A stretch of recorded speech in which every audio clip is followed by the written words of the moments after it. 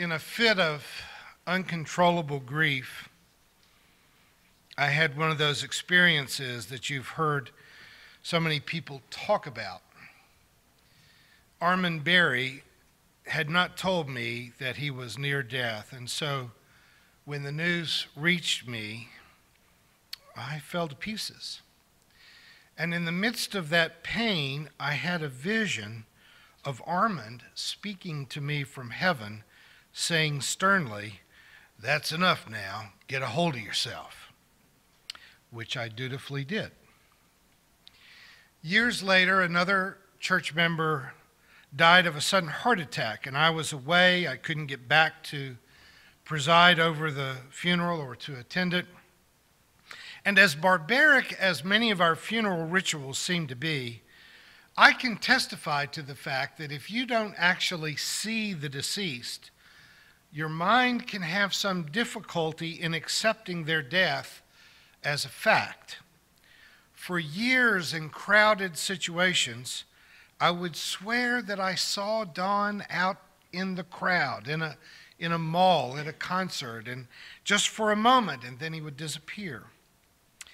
Even as a very young pastor, I never believed that Armand actually spoke to me from heaven, nor that Don was playing hide and seek with me in crowds. It was obvious to me that these were visions. These waking dreams were the product of my grief, my unwillingness to accept the finality of our shared mortality. It's always been curious to me that if you've ever lived with a dog, you know that they have dreams. You'll see their paws moving, their breathing gets heavy. In their dreams, they may be in hot pursuit of a backyard rabbit. But when the dog wakes up, he looks around and does not seem to believe that there is a rabbit loose in the house. Dogs understand the difference between a dream and a reality. People, however, who have an experience such as those I described, will often insist that they have proof, not of rabbits, but of life after death. I just wish that we could get religious people to take lessons from their dogs. Just because you wish it were so doesn't make it so.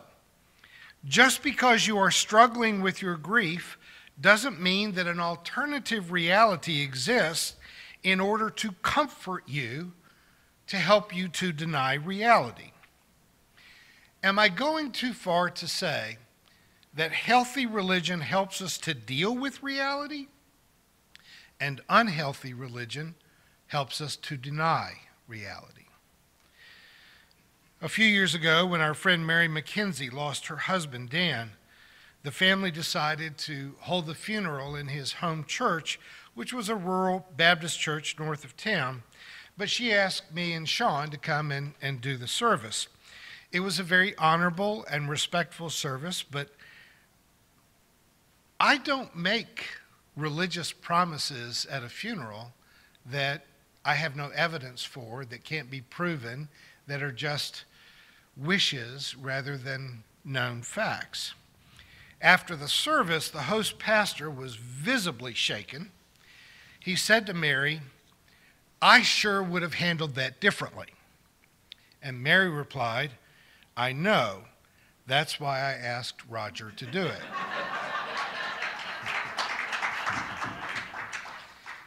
I'm not unsympathetic.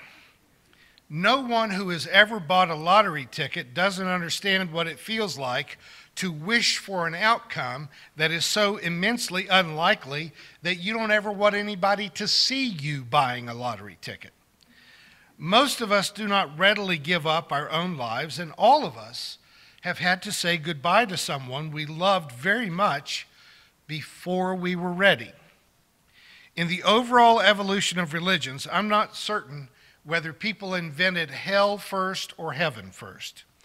The desire to go on living in some idyllic state contrasted with how much we might want others who've done us wrong to get what they so richly deserve. That could be a pretty tight theological race to know which one people would want the most. But even though most world religions have made unblinking assertions about either reward or punishment in eternity, it seems that no one has ever been entirely convinced. I took this Shakespearean sonnet, and I apologize, it does not read well. But I took this sonnet as a wisdom lesson today, one in which the bard is encouraging a friend not to languish too long in grief when he's died, but to accept, basically, that he now dwells with earthworms and his body is compounded with clay. And you need to accept that as final and move on. It's sobering more than it is comforting, but I think it's a helpful piece of reality orientation. Most of us are more familiar with Hamlet's graveyard soliloquy, in which he speculates about death in a mix of considerations of grief, of murder, quite frankly, or of suicide. To die, to sleep perchance to dream, aye, there's the rub. For in that sleep of death what dreams may come when we have shuffled off this mortal coil. In times when infant mortality has been very high, or at the end of wars, when huge portions of society have been prematurely wiped out, people turn to one another, seeking to assure one another that the reality that they are experiencing is not the last word. You've lost a child, you've lost a husband, you've lost a son. So we try to assure one another that we're all going to get together again one day and have a big picnic that goes on forever. But even after centuries of those assurances, Hamlet muses, yeah, but who really knows? What dreams may come when we have shuffled off this mortal coil? In fact, we get so resistant to the idea of our own mortality that we will even project immortality onto our beloved pets. The movie that's currently in the theaters, A Dog's Purpose, promises that though dogs' lives are comparatively short, that they are lovingly reincarnated over and over again as long as we need them. Now, I hate this movie for two reasons. One is because it is theologically stupid. And second, because even though I have never seen the movie and I never will, I've seen the trailer several times and it makes me cry every single time. Stupid, manipulative dog.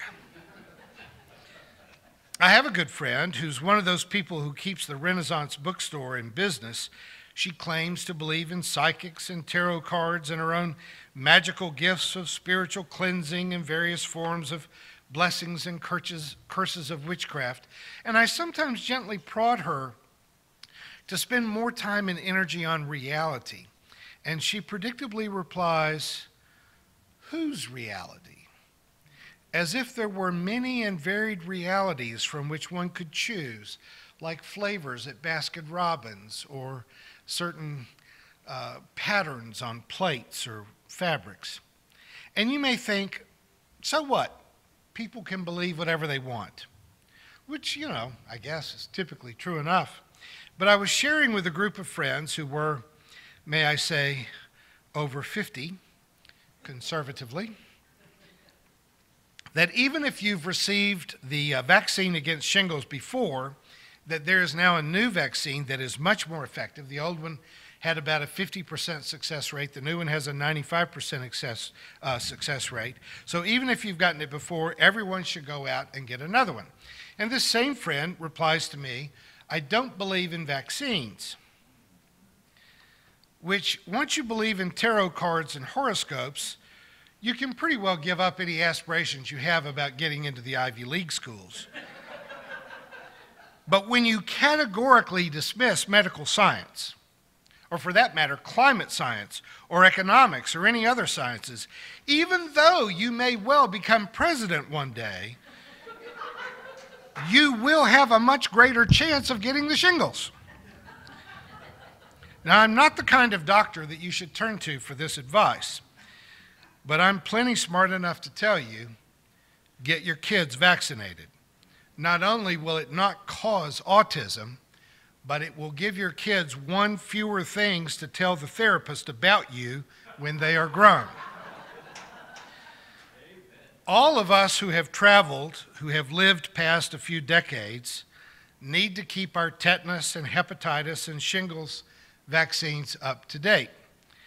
But speaking as a theologian, while there can be some palliative benefit to believing in things that cannot be known and for which there is no credible evidence, what I really wish for all of us on this Memorial Day weekend is that we might simply remember those we have loved who have died. The grief is real, and frankly, it's deserved. If you have loved someone who has died, you deserve to experience grief. Mark recently buried his father. Sean and I were in Pilot Knob on Thursday to help Paul Tomlinson with the memorial for his brother. At this point in my life, I have lost my grandparents, my parents, all of my aunts and uncles, and my only sister. Many of my high school classmates have preceded me in death. And Paul's brother, whose memorial we participated in on Thursday, was 2 years younger than I am. I don't have to look any farther than my bathroom mirror to be reminded that mortality is real and it is closer than I would like for it to be. But if you can follow me, that reality does not beg for denial. It doesn't ask me to engage in fantasies about what cannot be known. Rather, it demands, I think, that I cherish the life that I do know, the days that I do have. It allows me to grieve the loss of those whom I have loved and encourages me to get busy loving the people that I have access to now before I don't have access to them. I was called upon to speak at the funeral of a good friend's grandmother a few years ago. And when it was over, I sat with Kim as she wept quietly, and she finally leaned on my shoulder and said, "I just wasn't done with Grandma yet." I have really felt with my friend Paul this week because I know that he is heartbroken and that he just wasn't done with Mark yet. When I think back over the last few years of our shared life together here, I can tell you that I wasn't done with Reverend Parnell. I wasn't done with Jim Price or Nancy Pate. I wasn't through with either Chuck or Ruth Snowden or Dan McKenzie or Terry Bacon or Bob Green. Time passes, memory fades. Grief does not always go away entirely. Sometimes it becomes a dull ache, like a bad knee that just goes with you wherever you go. You don't think about it all the time, but it's always there. But we are enfolded in a history of love. We've been taught, inspired, provided for, healed by those who have brought us to this point in history. And today we remember them. We feel them. And we strive to deserve the confidence that they had in us. I'll close today with the honest and defiant sentiments penned nearly a century ago by Edna St. Vincent Millay, what I read at Paul's brother's funeral just a few days ago. "I am not resigned to the shutting away of loving hearts in the hard ground. So it is, so it will be, for so it has been time out of mind. Into the darkness they go, the wise and the lovely. Crowned with lilies and laurels they go, but I am not resigned. Lovers and thinkers, into the earth with you. Be one with the dull, the indiscriminate dust, a fragment of what you felt, of what you knew. A formula, a phrase remains, but the best is lost. The answers quick and keen, the honest look, the laughter, the love, they are gone. They are gone to feed the roses. Elegant and curled as the blossom, fragrant as the blossom, I know, but I do not approve.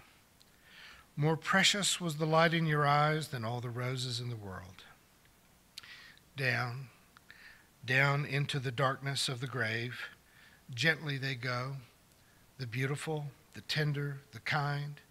Quietly they go, the intelligent, the witty, the brave, I know, but I do not approve, and I am not resigned. Thank you for watching our videos. We are entirely dependent on the donations of our listeners and members. We hope that you find this content to be important enough to help us to keep offering these videos to the public at no charge by becoming a regular contributor. Please click on the donate button on our website at www.spfccc.org. Thank you for your support of progressive religious programming.